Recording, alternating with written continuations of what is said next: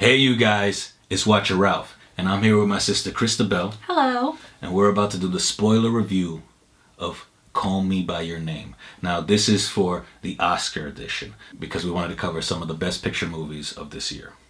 So, this movie has a tremendous cast with the likes of Armie Hammer and Timothée Chalamet. And it's been nominated for Best Picture. It's been nominated for Best Lead Actor, Best Adapted Screenplay. And you want to tell the premise? Okay, so the film takes place in 1983, northern Italy. It follows the life of Elio, played by Timothée Chalamet. He lives with his family in this small home during the summers and winter.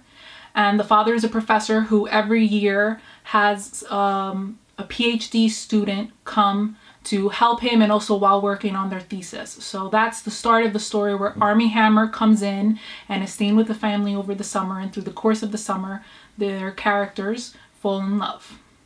This movie is a beautiful love story where from the novel, because this is an adapted screenplay based on a book, where the novel, I would say, covers only 1/3 of the story, right? Because it's actually a character narrating it in present day, cutting back, and I would hope that they followed what Richard Linklater had done with Before Sunrise, Before Sunset, and Before Midnight.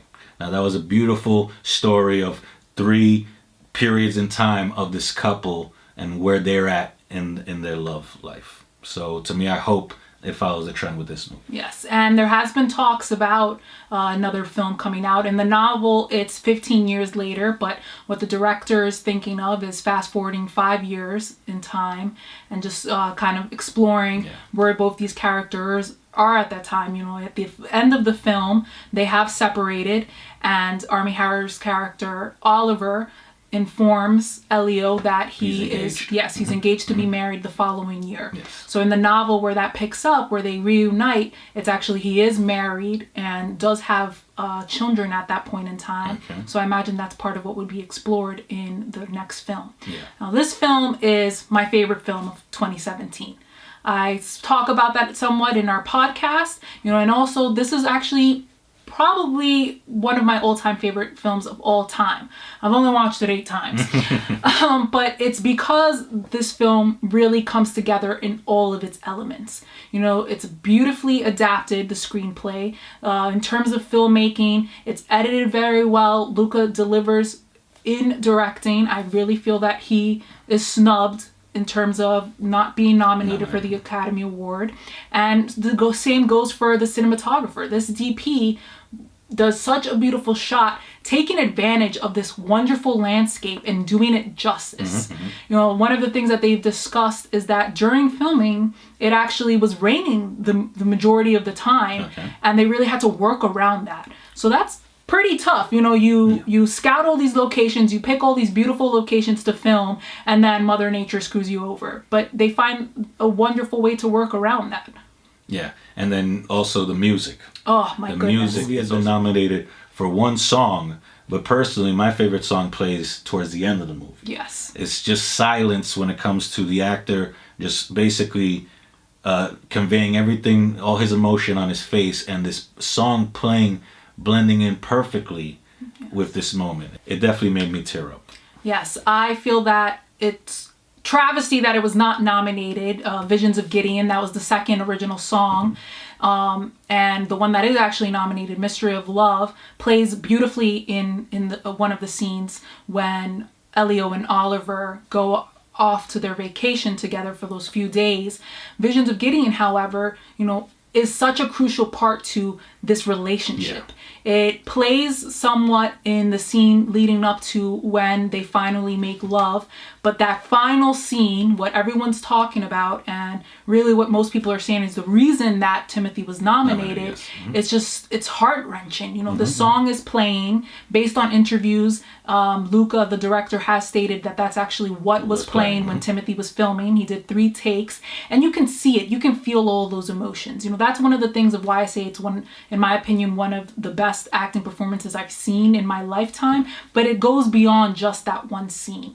You know, there's so many subtle things that really bring this character to life, and I feel like plays off very well with Armie Hammer's character, and even in his interactions with his parents, played by Michael Stuhlbarg, played by Amita Kassar. Yes. I'll let you talk a little bit about Michael Stuhlbarg. One thing I'll say is he was snubbed, and I'll let you take over from there.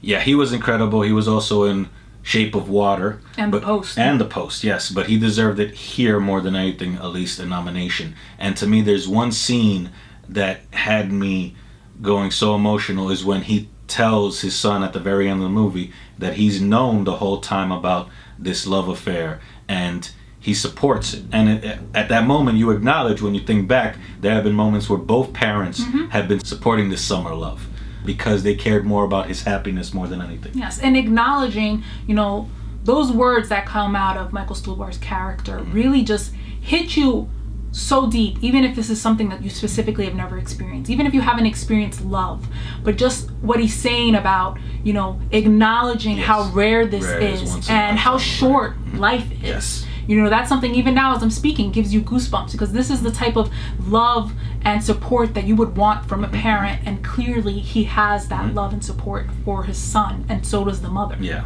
And I know that certain people might feel like, before that scene, they might feel like the parents might think that this is a betrayal because he's brought in this student into his home and this is going on. But to me, that moment basically signifies like, no, they're on the side of this relationship. Again, they're supporting it fully. Yes. So.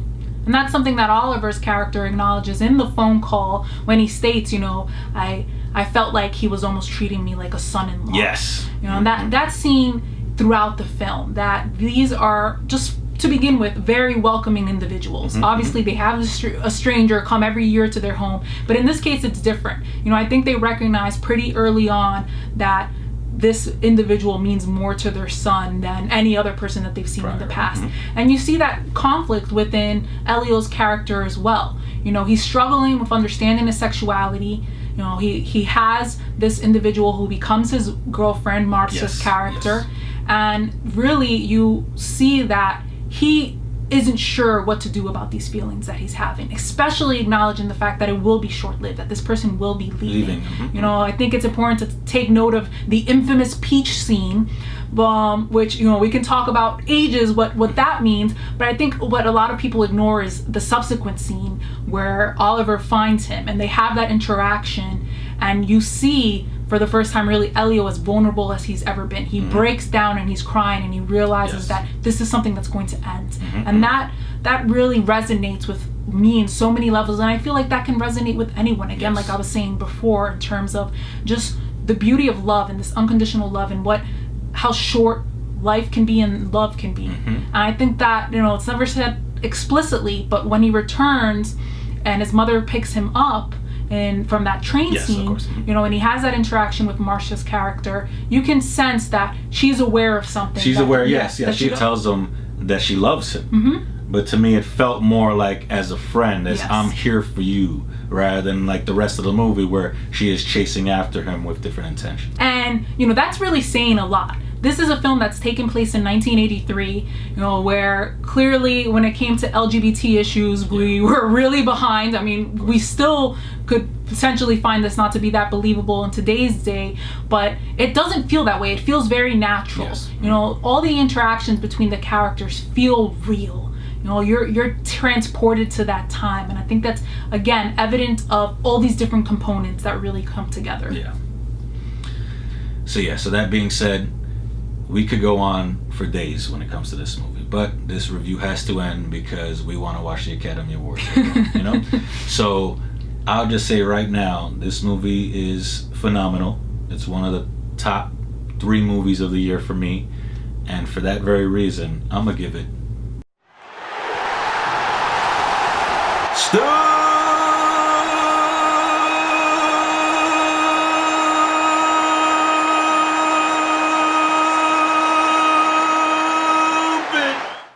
And unless you didn't already realize it, I give it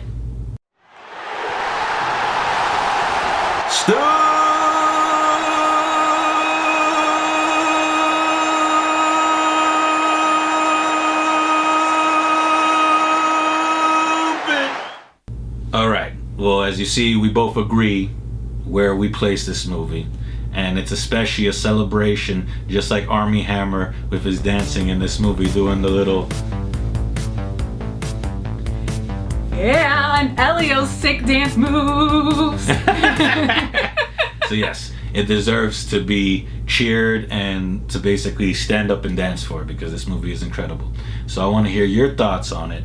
Leave those comments down below. Tell me if you think it deserves to win Oscars for any of the categories, or tell me what category you thought it was snubbed for. So, So I want to thank my sister Christabel for joining me on this review. But for now, you guys could share, like, and subscribe. And you can check out other reviews that are based on the Academy Awards right over here. And you can check out the podcast right over here. So, till we meet again, goodbye. I'll see you guys.